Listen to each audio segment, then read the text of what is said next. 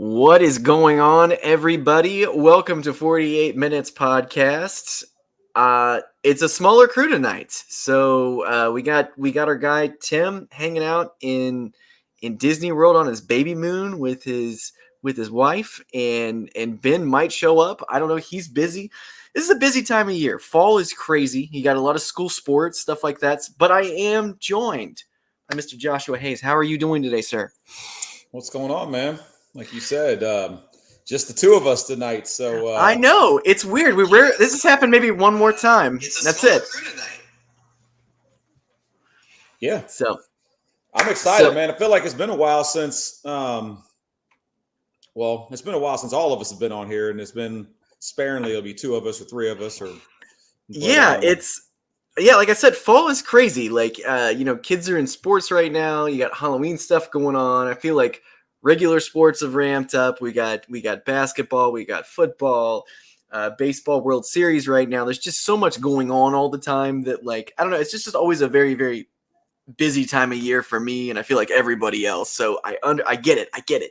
So, but we did start the NBA season last week. We're finally we're 1 week deep now in the 2022-23 NBA season, and there's been some interesting stuff happening, just like always. What has stood out to you so far? Honestly, the Jazz starting out 3-0.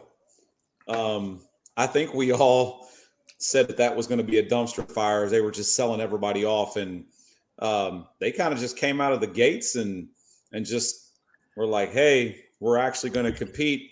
And I want to say the first game they knocked off the Nuggets, and then they went up there and beat the Timberwolves. And the next thing you know, Utah's sitting here like, "Hey, man, we're playoff bound."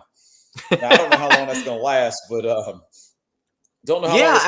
but definitely has been surprising to say the least. And they've gotten some good play out of pretty much their whole roster. Yeah, and I mean, you gotta feel good for the fans that were pretty much expecting a dumpster fire, and they're being led right now by Lauri Markkanen, which is just like wild to me because he's one of those up and down guys. He's hurt a lot, but he's been looking good. He's played in all 4 games, he's averaging 21.5 points a game, 8 rebounds a game, 3 assists, 1 steal. Like he looks good. And Jordan Clarkson. How long did we as fans try to wait for that consistency out of him? Just for 4 games. Just for 4 games. That would have been nice. Yeah. They kind of got him in the Cleveland deal over the summer. They still have Jordan Clarkson, who is an incredibly productive player. Colin Sexton, who they're going all in on. He's averaging 12 and 4 right now. So, Malik Beasley's putting up good numbers. I mean, this is a team, like you said, they got some wins, man. Nuggets and the Timberwolves. A little troubling about the Nuggets. I've been kind of unimpressed with their play over the day. But the team of the week, no doubt, is actually the Portland Trailblazers. A team this is a team I feel like everybody has written off. Like everybody wrote off. Even we did. All 4 of us did.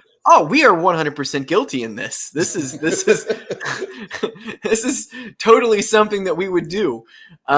Portland is back. They have had wins over quite a few good teams. So looking over there, they ended up beating the Lakers by 2 the other nights.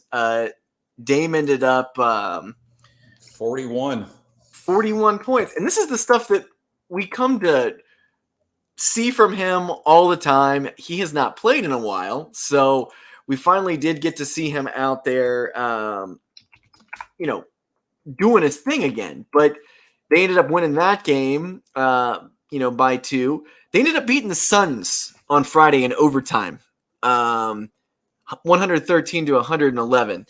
That was an impressive win in my book. Being able to come out there, the Suns are a great basketball team. And they really stuck it to him. And you're right. I mean, Dame had 41 in that game. So, I mean, it's crazy. And their last game, they beat the brakes off of Denver. Yeah. Yeah, and that's another one. Just a really, really impressive game. They won by 25 on Monday against the Nuggets, 135 to 110 in that game. Once again, Dame had 31. Anthony Simons, man, 29 points, 5 assists, 3 rebounds. Nurkic had a great game, 13 and 12. So I think our question was with them, right? Like they're trying to build a big three, so to speak, and they got, they said they're going to have Simon step up, and then they brought Jeremy Grant over, and we were like, how's that going to work? With him coming over from like Detroit, and what that dynamic was going to look like. And so far, it's been we of course we thought Dave would be the alpha. He's averaging 33, but then you got Anthony's averaging 20. And Grant's averaging 17. So, and then they're getting 12 from Nurkic, and they're getting about 11 or 12 from Hart. So, they're going double digits with 5 guys right now. So it's some balanced scoring. So they're getting help, and maybe for us, we see some of these guys like Josh Hart and, Nurkic's been hurt a lot, but like he seems like he's healthy now, and they're getting a chance to show what they can actually do. And it's paying off. They have a platform that they can actually step up and help. So I'm interested to see how far this goes and how long Denver or Portland can keep this up, looking like they're one of the better teams to start off the season. Yeah, and I feel like you got to come out of the gates with a chip on your shoulder if you are a team like Portland. And Dame's always played that way. That's always been his game. He's always had that chip on his shoulder. We didn't get to see him play last year, and here we are now. He's back, and we were really questioning what he was going to look like. Has he missed a step? Yada yada. He has not. He is still that guy. And he looks like Bubble Dame. Yeah, and Bubble Dame. I like that. But yeah, just looking at everything that he's doing. And they have such an interesting cast of characters here. So, last year they finally got rid of McCollum. Anthony Simons has been able to kind of make that step up. They've invested in him. He is now there. So it's like he's kind of sliding into that McCollum role. And he could be a guy, like, I really like Simons. He's a fun dude. One of the more boring dunk contest winners of all time, right? Right? Yeah. I mean, that wasn't memorable. I literally, after that was coming out of my mouth, I'm like, he won that, right? That happened, right? Yeah, it was not good. No, one of the worst ever. But also, they got Shaedon Sharpe there now as well. So he pulled out 11 points against the Nuggets as well, and he's one of those question marks this season. We didn't really know what we were going to see from him, but he's another piece they have. So they've got a lot of different weapons on this team. If Nurkic can stay healthy, I really like Jeremy Grant on this team. I think he's a good fit. There's a few other like contenders I would have liked to have seen him go to before actually going to Portland, but it looks like it's going to be a pretty good marriage here. So I'm happy for Portland, man. This is good for them. This is good for their fans. And they're just one of those teams I feel like, us out, in the Midwest or the East Coast, we kind of forget about. And here they are at the top of the chain already, after the first week, which is super, super impressive. And also, like you said, the Jazz as well. Have there been any other like big surprises to you? Maybe I don't know if this is a surprise in the West, but like the Spurs have started off 3-1. They have. And I honestly thought that they were the team that was going to be the worst out of all the teams in the Western Conference, just based off of who they got rid of and what they had coming back. But then I look at who they've played, and they've came out of the gates with a pretty easy schedule. I mean, they played Minnesota, the Pacers, and Charlotte. So and the 76ers. They beat the 76ers. Yeah. And at all of that, they lost to the Hornets. But Minnesota was supposed to come out and be this powerhouse, and it looks like they're still trying to figure stuff out. And we can probably talk about that here in a minute. Yeah. But they made the joke about the Spurs coming out and winning a championship, and here they are 3-1, sitting at the top of the Western Conference, right there behind Portland. Trying to act like they're gonna make some noise. And I know it's hypothetical. We could be funny, but like if the season ended today after 4 games, like they're sitting there like the 2 seed. Yeah. Spurs are looking good. So I think there's been a lot of teams that have come out, surprising, and there's also been some that have been very disappointing. And the Denver Nuggets, being haven't been super impressed with they're 2-2. I mean, it's early. I'm not freaking out yet about that, but at the very, very bottom of the standings, on both, we got the Orlando Magic in the East, which is 100% surprising. They've got practically just a team of young people playing with them, and then Terrence Ross, and then you got LA over in the West. So there are some bad teams, and the Kings, I'm hoping they put it together, man, because I don't know why, I really wanted to see that. I want to see them get to the playoffs. Being 0-3 is not a death sentence at the beginning of an NBA season. It's not. There's a lot of time left. Things can change. The Celtics last year were terrible at the beginning of the year, and then they ended up making it to the NBA Finals. So, and to add on to that, the Kings are 0-3, but they've lost to Golden State, they've lost to the Clippers, and they lost to Portland, and they've been in every game. Yeah. So I think that's just them, trying to figure out what's going on. But I think what we're finally getting able to see, though, with them is that De'Aaron Fox has finally took the team over and said it's mine.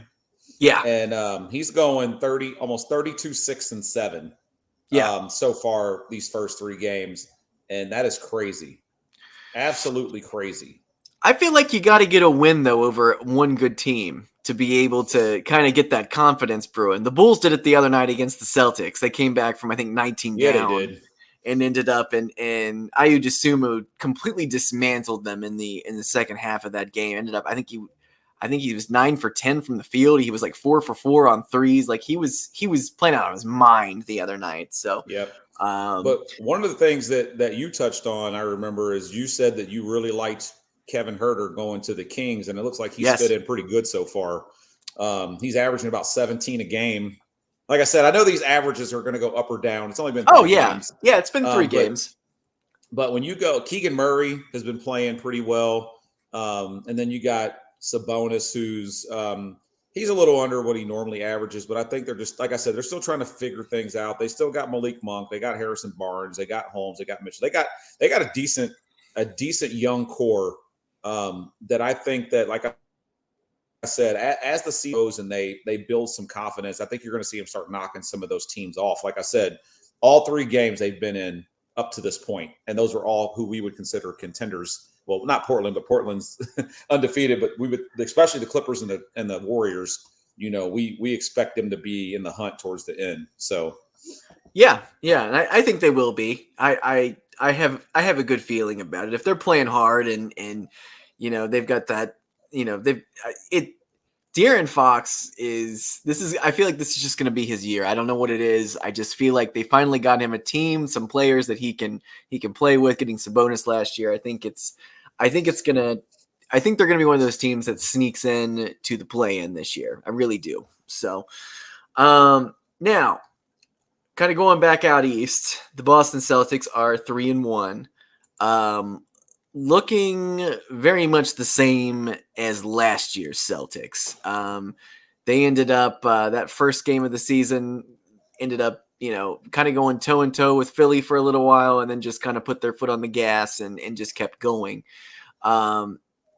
Tatum is leading the team in rebounds and points. He's averaging over 30 points a game right now. Jaylen Brown looking great too. Malcolm Brogdon, another guy that they added, another weapon they added over the offseason. He looks like he's going to fit on this team very well.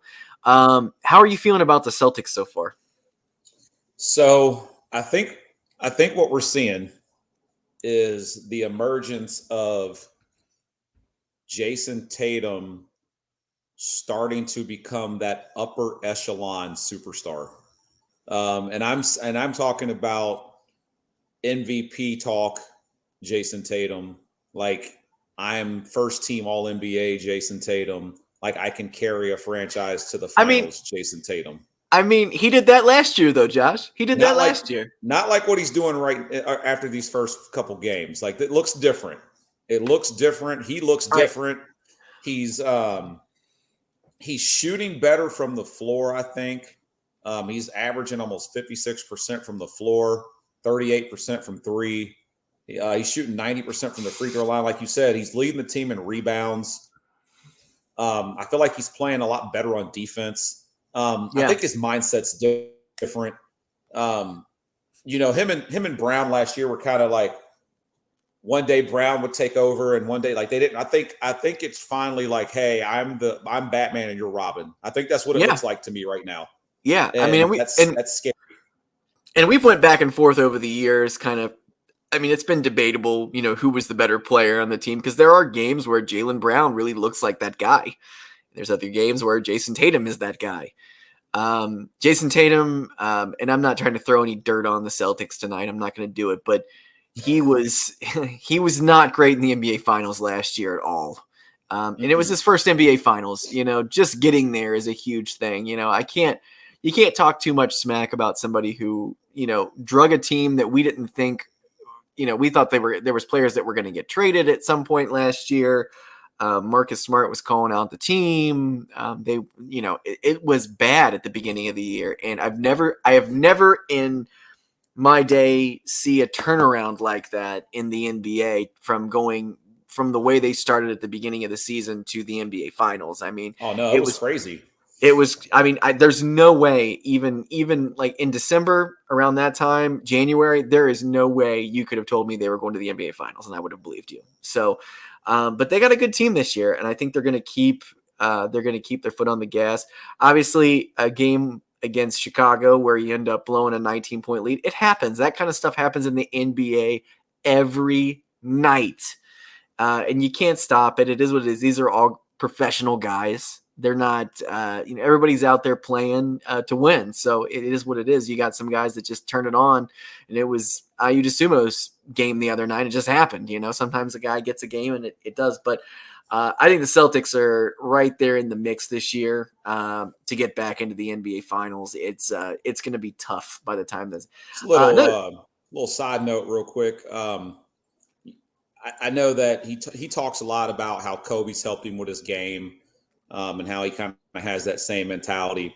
I know he's not been in the league as long as Kobe. He didn't start when Kobe did because he had that year in college. But yeah, you know how old Kobe was the first year he averaged 30 points a game?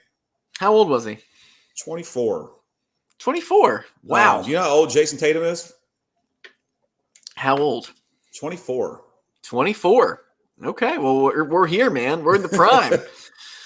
Yeah. I mean, we also.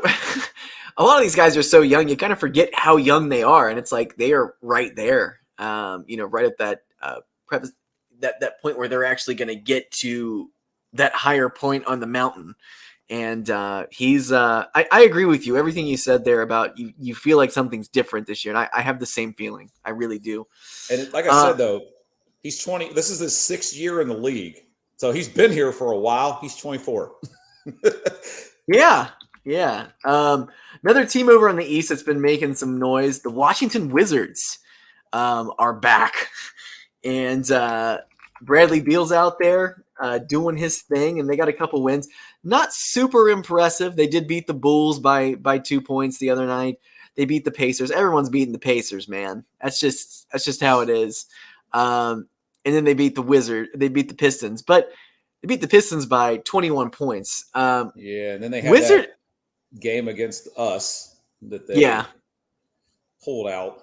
Yeah, we were one DeMar DeRozan 3-pointer away from that not being a thing. Mm-hmm. So it is what it is. But they look good though. I mean, they're taking care of business. They did get beat by the Cavs on Sunday night in overtime, 117. But they are coming out. They're competing every game. Like they are really coming out of the gates.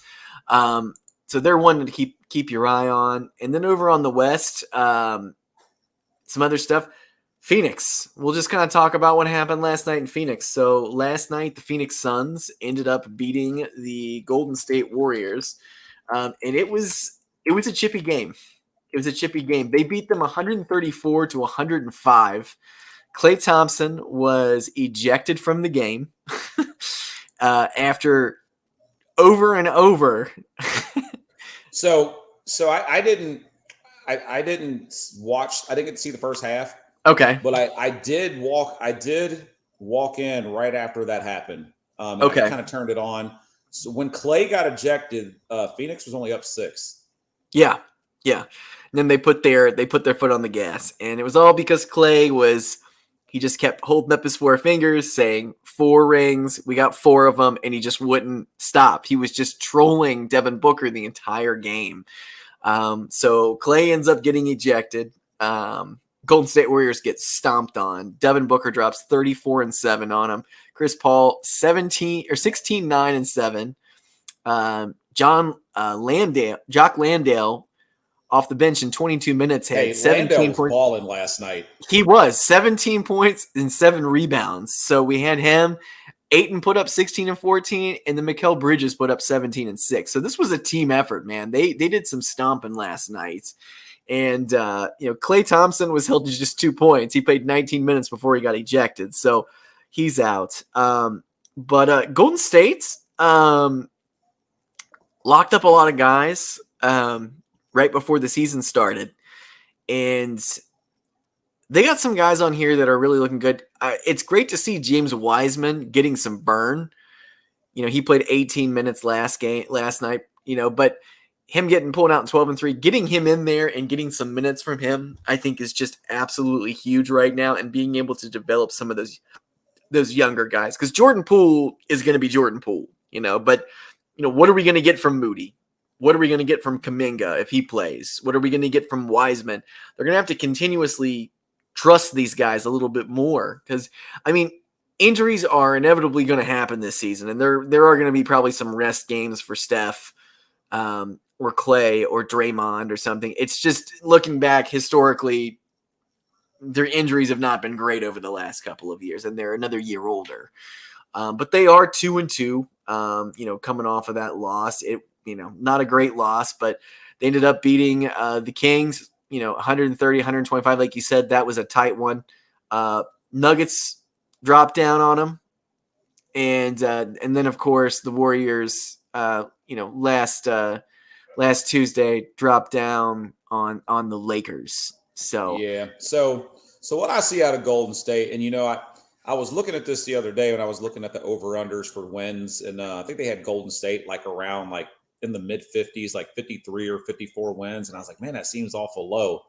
But then I'm watching them play, and it really feels like, to me, Golden State's trying to just get the guys out on the floor, get them minutes, see what they can do, kind of see how they mesh with others. And I don't think that they're necessarily worried about we got to go out here and win 65 or 70 games, because they know come playoff time, they keep all those guys healthy and they can pull down minutes from Draymond and Curry and not have them out there all the time, that they're going to be fresh and ready to go. And some of these guys like Wiggins and Poole and Curry, they're already in midseason form. They look like they did. That's how they finished the season. Yeah. I've been most impressed with Wiggins. Wow. That he's looking like he's already starting off that All-Star selection was not a fluke. Yeah. I think he was their most important player last year besides Steph in the NBA Finals. Or just the playoffs in general. He was so good. I'm so happy for him. So they basically have everybody on that roster locked up right now except Draymond. Yeah. And he's got a player option for next year. So if he opts in, he's there. But I think it's for $28 million. So they got him for at least another year on top of this year. So I think that their goal is we're going to try to make another run at this. We're going to try to get ring number 5, and then we'll go from there and see what happens. And, if things do go south with that, because, and they could, I hope they don't, but if they did, are there going to be teams that are going to be interested in Draymond Green the way that the Warriors, are interested in him, It's funny that you say that. Just flipping through my phone and watching some reels, I found an interview of him talking about why he's so important to Golden State. And he said basically what he did was, he's like, I was All-American Player of the Year candidate in college.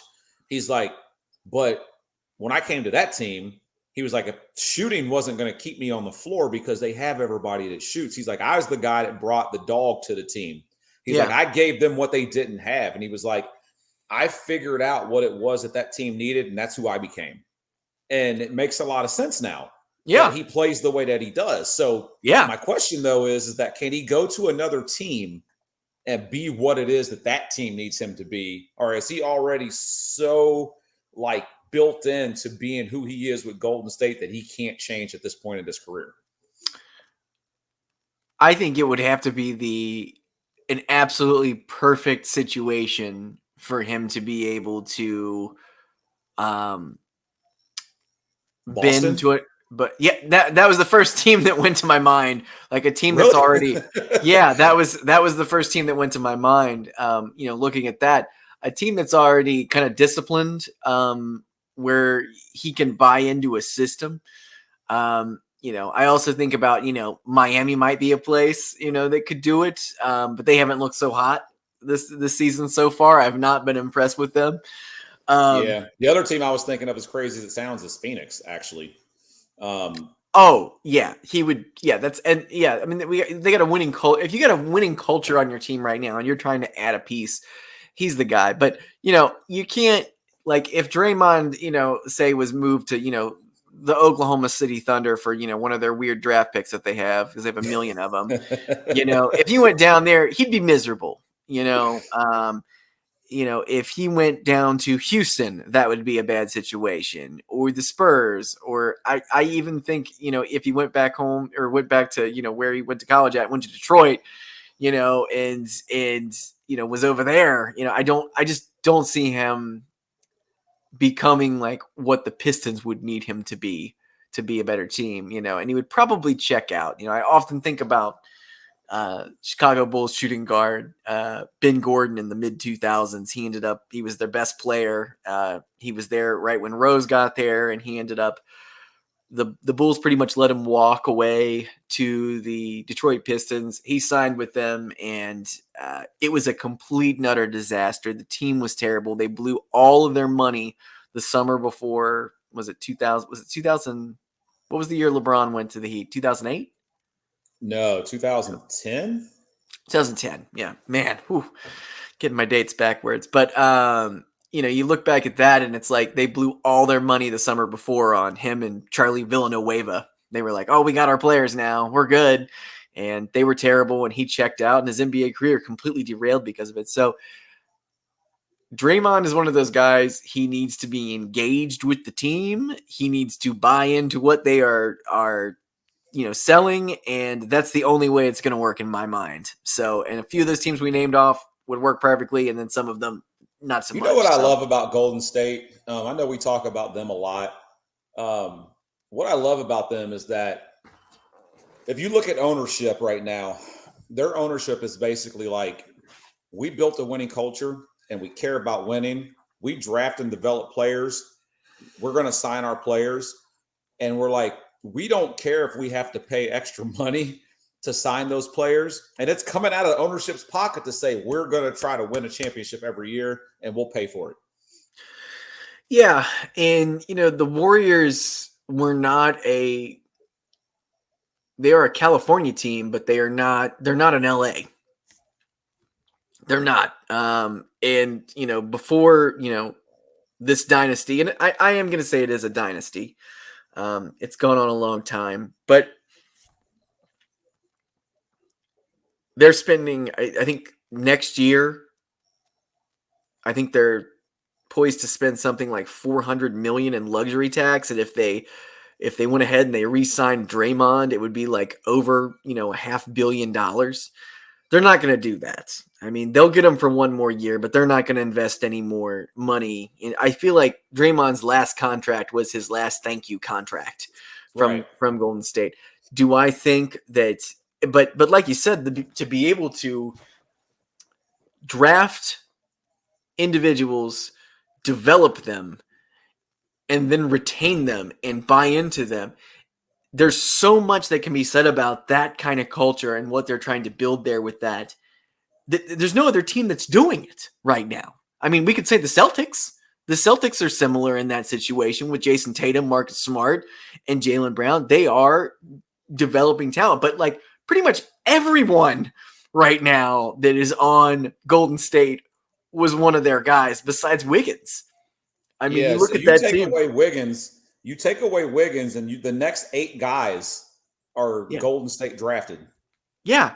Yeah, I mean, and that's huge. So, and I think that develops a trust with the player, with the ownership, with the fans. I did not think they were going to give Jordan Poole and Andrew Wiggins that much money this summer. I did not, and even getting Kevon Looney back, that's huge. And he's played so well too. He's been so durable. What's Um, the chances? What's the chances that you have guys like Steph and Clay that take pay cuts to keep somebody like Green around for a couple more years? I don't I don't really know if I see it or not. I mean, I know they love Draymond, but I don't know. I feel like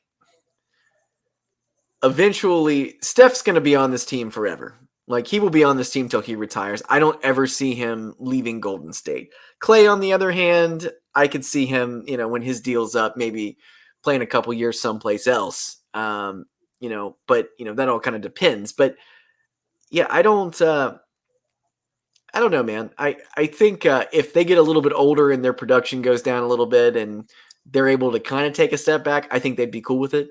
But at the same time, Steph Curry is one of the greatest basketball players of all time now, and he's done so much for the league and the Bay Area and everything. I mean, he's the heart and soul of that team. So I don't know, man. I don't know if Steph does. I don't know if Clay does. That's a good question. I don't know. My last thing, and then we can move on to the the seller of the California teams. But do you get a kind of a feel? I'm not going to say exactly because the personnel is different. Do you get a feel that the Warriors remind you of this? They have that Showtime Laker-esque kind of like feel and camaraderie to them when you see them come out on the floor. Everybody dislikes them. They look like they're always out there having fun. They feel like they speed the game up, and their style is a little different from everybody else's. Absolutely. Absolutely. And if you look at how this team has been developed and you look at how the Showtime Lakers were developed with all of their guys, because they had a lot of guys that they drafted, the Rambuses of the world, the AC Greens, um, Worthy, Worthy, Magic. yeah, Magic. I mean, they were another team that developed guys, and yeah, very very similar situation. I would say they're probably in comparison, they're probably the most comparable team, to this dynasty that we got going on right now with them. And and was it 1991? They were kind of reloaded. Kareem was out of the game, but they got Vladi on the team. They got some younger players, and they ended up making it back to the NBA Finals, and they got thrown by Chicago. They ended up winning their first title, but that was a vastly different team in 91 than it was in the early 80s. Things had changed a lot. I mean, you still had Magic, and I do kind of see this team kind of going down that same trajectory, whereas, a few faces are going to switch out over the years, but Steph, I feel like, is always going to be there, and they're going to, develop other guys. They're going to just keep going on and keep doing what they're doing. And to be able to get ownership's blessing that they're saying, we're going to go ahead and just keep paying for a winner. I mean,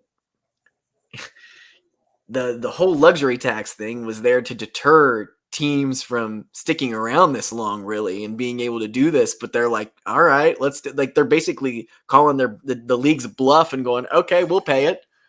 Yeah, you know what else is crazy, Sean, is that we know this because we're Bulls fans. And everybody talks about like how Pippen, you get the argument all the time, like Jordan didn't win without Pippen and blah, blah, blah, blah, blah. But Yeah. I don't think people realize in that first three-peat that literally almost that entire Bulls roster was drafted. And Yeah. they were built from scratch around Jordan being the centerpiece, and they just added to it. So Yeah. it took a while for them to win. But once they got those final pieces, I mean, BJ and Grant and, Pippen, and then like Cartwright was the one guy that they brought in, but like the rest of that roster was drafted. And Yeah. I feel like they started to win the same way. And I almost think that had Jordan not retired, there's a part of me that feels like they may still bring a couple of those guys in. Like Kukoc was even drafted by the Bulls. Yeah. You know, so people are always like, oh, well, you guys had to go get Rodman and you had to go get Ron Harper. And I'm like, well, those are guys nobody wanted. And, yeah, that's very true. I mean, people don't remember that though. Like, you know, when people look back at the legacy of Dennis Rodman, like, oh, how they built this, they ended up getting him. Nobody wanted his ass that year.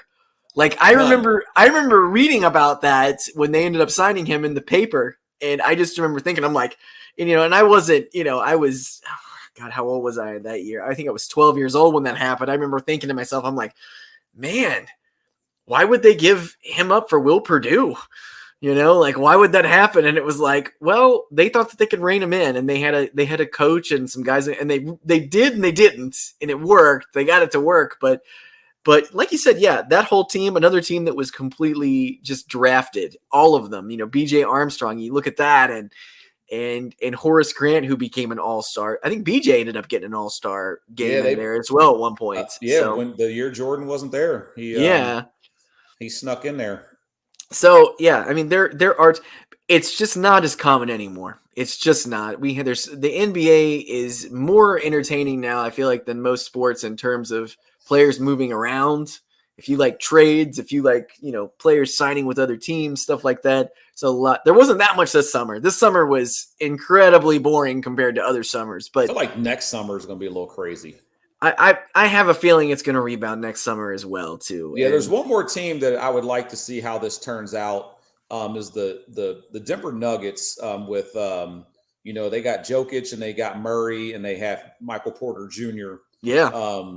But I was having this discussion with someone the other day. I was like, I'd really like to see that core stay together. But my issue is Michael Porter Jr. hasn't shown me that he can stay healthy yet. No, and if I can get a couple straight years out of him being healthy, and then he puts up what he's putting up right now, then Denver's got kind of that same argument. Like, hey, we drafted, you know, some guys, and we're going to be able to try to keep them together, and we might have a good nucleus for some few years here to come.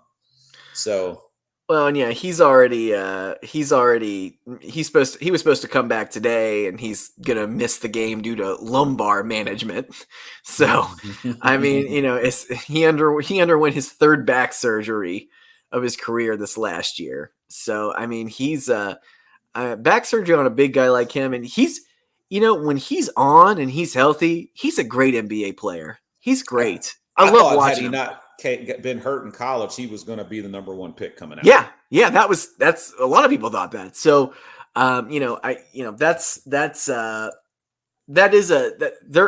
the Nuggets are a little bit different from the other teams. This is definitely going to be a year. Obviously, getting Jamal Murray back, you know, see what they can do. You know, Jokic he's just a phenom, man. He's so good.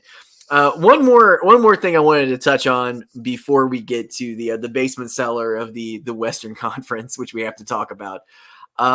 So I believe it was yesterday. Karl Anthony Towns publicly criticized the nutrition habits of his teammate Anthony Edwards and how it could impact his performance in back-to-backs. So this is a quote. "Maybe I could do a better job of teaching him how to take care of his body, diet, and everything. That'll be on me. I know you all think it's some funny up here when he talks about Popeyes and all that shit. Doesn't make me happy to hear. We're high-level athletes." Edwards became a pitchman for Popeyes during a commercial for Uber Eats in which he and John Morant held a slam dunk contest on how they were going to dunk their chicken pieces in dips. That could be the start. That could be the start of the meltdown already for a basketball team. They don't reel that in quick, man. This is a make or break year for the Timberwolves, right? They bring in Rudy Gobert, okay?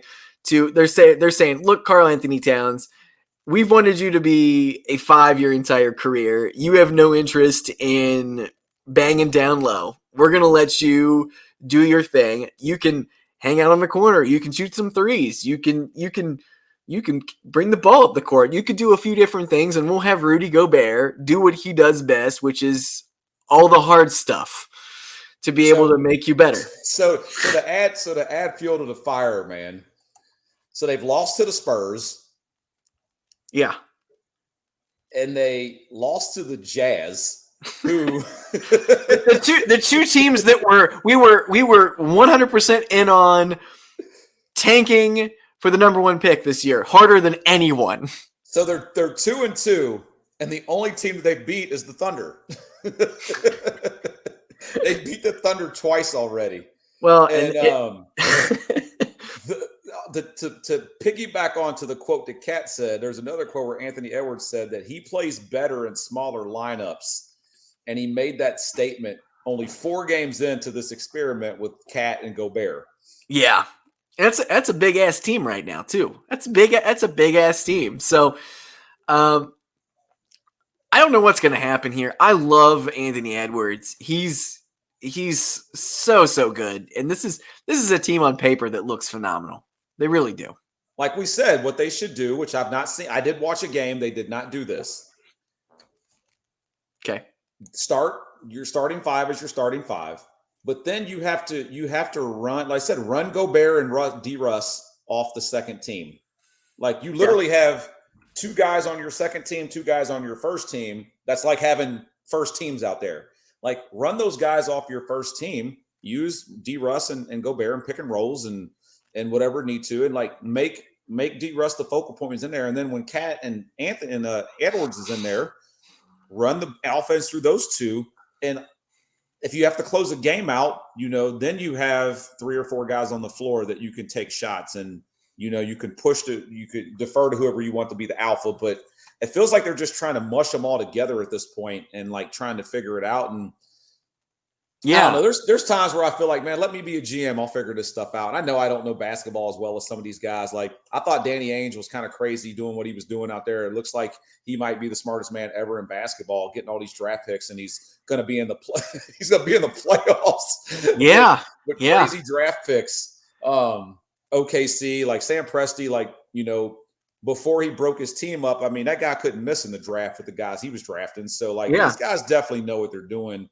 I just hope somebody takes the rings over with all that talent that they got in Minnesota with those 4 guys and say, hey, let's sit down and figure out what's going to work best for this team moving forward, so that we ain't trying to work, like figure it out in practice, man. Like figure it out in practice. Yeah. And then take it out onto the court and see how it works.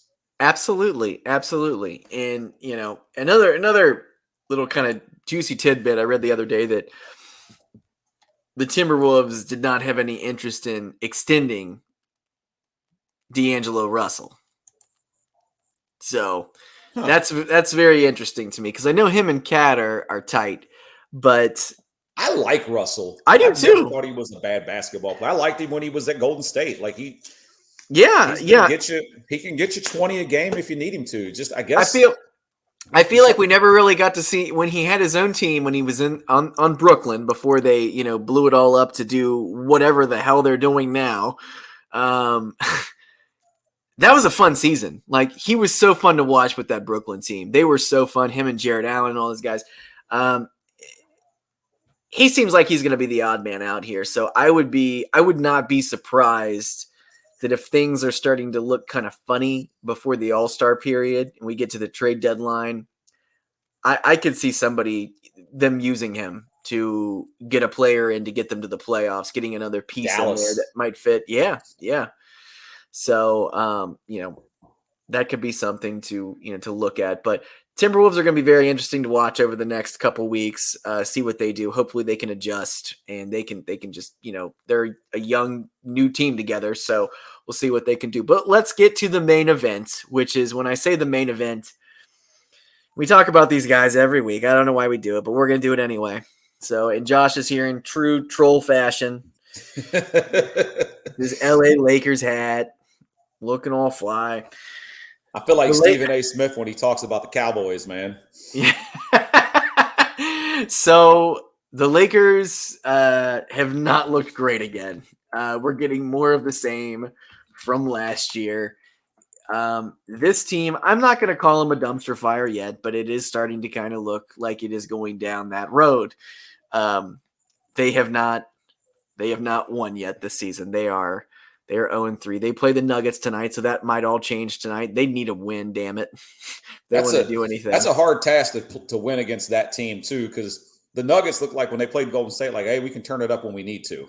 So I mean, I mean, the Lakers' schedule is just not favorable right now. So on Friday they play the Timberwolves. We just talked about them. They're so. They play the Nuggets again on Sunday. Then they play the Pelicans, who have been on fire. They play the super hot Jazz on Friday, and then the Cleveland Cavaliers visit the following Sunday.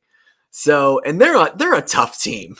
So, like, their schedule does not look great right now. They do have a little bit of a stint in the middle of November where they're playing the Kings, the Nets, and I am going to put the Nets in that team of kind of stinker teams, and the Pistons. So they do have a couple games where they have 2 games against the Spurs. So you would think those would be winnable, but this team's got a lot of soul searching they need to do. They ended up losing really bad to the Warriors. No surprise there. They lost by 6 to the Clippers on Thursday last week, and then on Sunday they ended up losing that game to the Trailblazers. So what are your thoughts right now on what this team is doing, what fits, what doesn't? So at the beginning of the season, I think all the talk about trading Russ, not trading Russ, wanting to get Kyrie, can't get Kyrie, and then you're like, we're gonna stick by Russ. I feel like they've checked him out, right? Yeah. So like he doesn't know what his role is. They say they're going to bring him off the bench and let him run with the second team. That's not happening.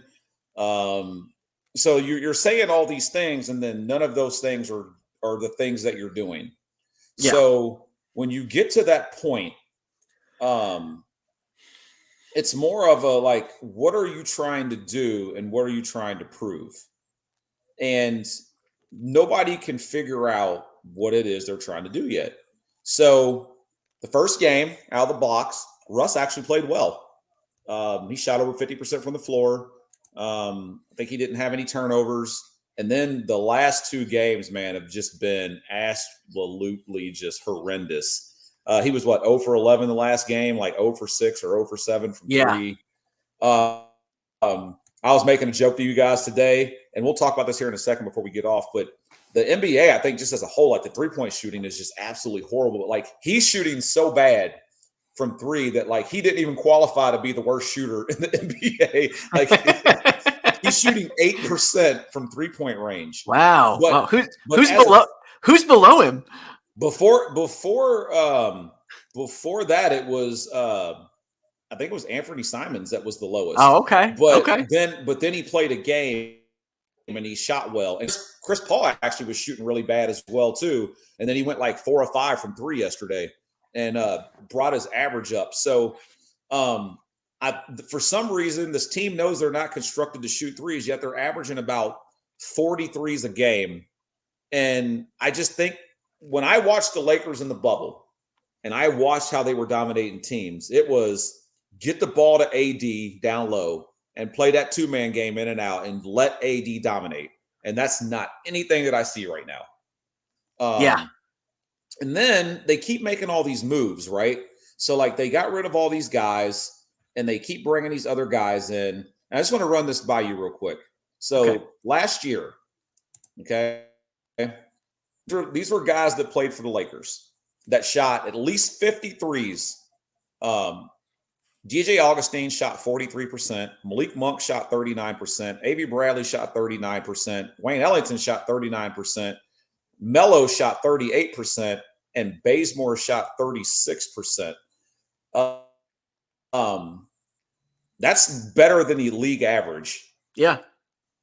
And way better than what they're shooting right now. They're shooting like 18 or 20% from 3 right now. Like it's. I mean, look at this roster though, Josh. Like, who is shooting the ball here? Like, there's. Like, you look at this team. There are no good shooters on this team.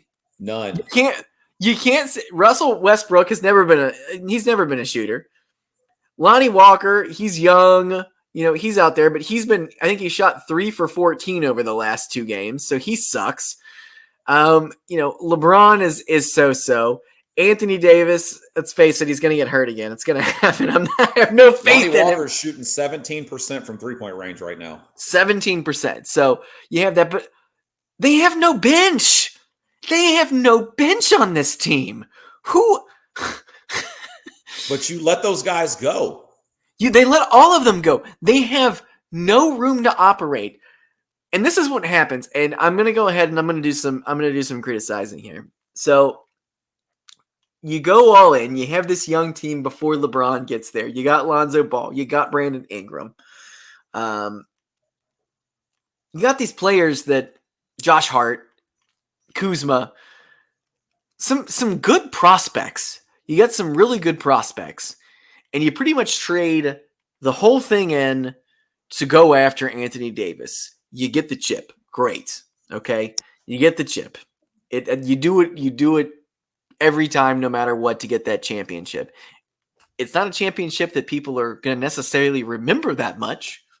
I mean, not to say it wasn't competitive. It was. It was very competitive. But there's always going to be a weird asterisk on it, whether you agree with that or not. But over the last couple of seasons, with Anthony Davis going in and out of street clothes and LeBron James. LeBron James has been phenomenal, but this trade to get Russell Westbrook on the team has been a complete and utter disaster. And this is 100% on LeBron James. Oh, absolutely. Absolutely. See, Tim's not here right now, so we can do this. We're going to do this right now. This whole thing is because of LeBron. Every decision that has been made here, he has painted himself into this corner right now. They have no bench at all. And you know what LeBron does best in this situation? When his contract's up, he's going to leave. And he's going to leave the Lakers an absolute dumpster fire. Yeah, and he typically does leave teams a dumpster fire when he does leave. It's just how it works. But I mean, looking at this team, their bench: Austin Reeves, Juan Toscano Anderson, Matt Ryan, Kendrick Nunn, and Damian Jones. That is their bench. But we said this wasn't going to work when it happened because we were like, there's no bench. We like certain guys that came over for their roles, but we know LeBron has to be surrounded by shooters. Now, I would if you were the Lakers, I feel like you would kill just to have Kuzma back at this point to be able to sit on the wing and do something. Kuzma, who leads the Wizards in scoring right now. Yes, they gave him up. So, I mean, you look at that, man, and it's like, you traded that away? I wouldn't have traded Kuzma for Westbrook in the first place because he was the one prospect that I thought they had him on a really, really good rookie deal because he was a lower draft pick. They were getting some serious value from a guy like him. And he's gone. You get Lonnie Walker over the summer, and I like Lonnie Walker, but Lonnie Walker could very well have been a good, stats, bad team guy from last year. He could have, but he's super young. We'll see what he gets. I mean, he had 26 points against the Clippers the other night, so that's fine. The trade that I think is going to haunt them because I think this trade actually gets them in the playoffs last year, and they make noise because they have LeBron and they have Davis to try to make that run, is not trading for Buddy Hield and going for Westbrook. What were they thinking? I have no clue. They were thinking this is what happened. LeBron basically held the Lakers hostage last summer and said, "Look, we need to get another star here." And I think there is a world where a lot of these guys are like, more stars the better, especially in LA. And getting a former MVP, Russell Westbrook's had a hell of a career. He has. He's been great. He averaged a triple-double for how many seasons? I mean, but Russell Westbrook has not won an NBA title. He hasn't. LeBron has. But them forcing the Lakers to trade for him and not Buddy Hield, who was not as sexy of a name as Russell Westbrook was. I mean, a true basketball fan was screaming from the top of the bleachers going, "What are you doing? Go for Hield. Go for it. Go get Buddy Hield." And Buddy Hield would have helped this roster out a lot. And they go for Westbrook. They have no options right now. And I mean, we know what's going to end up happening. Somehow, some way, this guy's going to end up over in Brooklyn for Kyrie Irving at some point. It's going to happen. It's going to be the saddest last-ditch effort of the season to try to do something. It's not going to work. Nothing's going to work with this team. They have you have two guys. This is where the old school thought of having, your 2 or 3 superstars on your team, this is where it fails you completely because you are completely priced out. You have no picks. You have nowhere to go. This is why you can't convince me that a super team is always going to win, because everybody tries to be like, oh, well, Golden State was a super team when they had KD. No, KD fit. He seamlessly fit into that team and left. And like, you didn't even realize he was gone because they just kept on moving. I feel like KD's the type of player that can go play on any team in the NBA. Like, he will fit every single team because he does not need the ball all the time. Like, he'll pick and choose when he shoots. He's a high efficient basketball player. He takes little shots and gets a lot of points. And I feel like LeBron James and Russell Westbrook are basically the same guy, except Russ is 6'3", and it doesn't work. You're right. I do feel like they're still going to try to make this run for Kyrie. But the crazy thing in all this to me is that if the Lakers mess around and have a really bad season and it puts them in that trajectory, the Pelicans have that pick for them in the draft. Yeah, they do. And they could mess around and have a freaking lottery pick because of the Lakers. Yeah. And I if I was a betting man, I kind of think that's what's going to end up happening. So, and they're going to add another piece to their riches that they already have at this point. They have so much young talent. Imagine the craziest thing ever is the Pelicans get the number 1 pick. Yeah.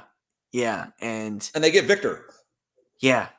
Holy shit! At that point, what? Yeah. I mean, I don't know if Victor going to the Pelicans is the best fit for the league in the grand scheme of things. You roll with it. You just, that's a lot of national television games right there. I mean, they're already in a ton this year just because of Zion being back, and they're looking good. But I don't know, man. This LA thing, man. They got LeBron locked down for another 2 seasons now, with him signing that extension. I've heard he doesn't want to leave. He's comfortable there. Maybe he really is. I mean, you have to think he's not okay with losing. There's no way that a competitor like him is okay with it. He's not. No. But at the same time, the Pelicans remind me of like the Lakers, remember the Lakers the year before McKinney took over? They were like, I don't know, close to 50 wins, and they made it to the Western Conference semis, or they were definitely a playoff team, and they lose, and then they get Magic at the number 1 pick, and you're like, what? Yeah. I mean, and that that stuff happens, man, and that's the kind of stuff that changes a franchise. But LA, man, it's going to be, after LeBron leaves town, it is going to be a very, very long time before the damage that has been done the last 4 years can be rectified. I mean, it's going to be a long time. He might be a worse GM than Michael Jordan. I mean, when it comes to constructing teams, like, this is it's insane. Like, at least LeBron knows his strengths. You would think that at this point of his career, like, he's only building teams to win. Yeah, I mean, he's played beyond his years at this point. I mean, and he's still playing at an insanely high level. Like, I'm not even going to sugarcoat it. He's still one of the best players in the NBA. He is. You can't tell me otherwise. He's great. But at some point, losing is going to affect somebody. And honestly, if I'm LA at this point, and I'm going to throw this out here, and I know a lot of people are throwing this out here, at some point, you might need to go ahead and cash out earlier than being left with nothing. Yeah, like this year. Yeah, this year, like, all right, this isn't going to work this year. I don't see anything working next year. Let's see what we can get back for AD. We got our shit. Let's see what we can get. You could trade Anthony Davis to or just say, hey, LeBron, where do you want to go? Let's work out a deal. Let's do something. We'll get some. rebuild the team, because there is no way right now that they're going to win any titles. He's not going to win. If he wins another title again, it's not going to be in LA.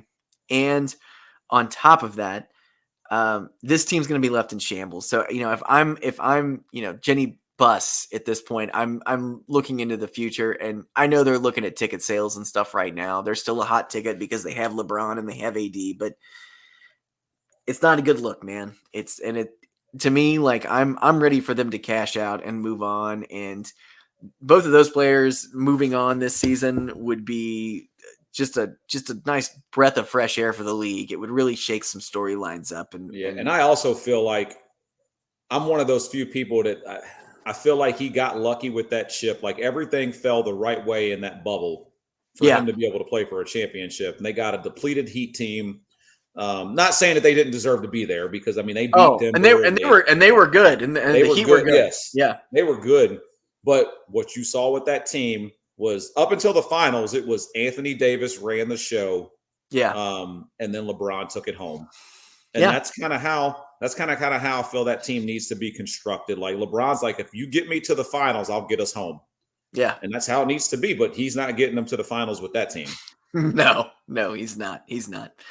All right. Well, that is going to be it for us today. I'm sorry we kept you guys all over today. Thank you for joining us this week. Next week, we'll be back with hopefully the whole crew. I'd like to get the whole crew back together. Tim will be back. Hopefully we can get Ben on here. We can talk some more hoops, see what happens. But it's always great having you on here, Josh, and talking. We barely ever get to do this together, so this is always awesome, man. So what's funny? We talked about having a short one, and here we are, right at an hour. I know. Here we are. We're babbling on. We got a lot to talk about. So, all right. Thank you guys for listening. We'll be back next week. Take it easy.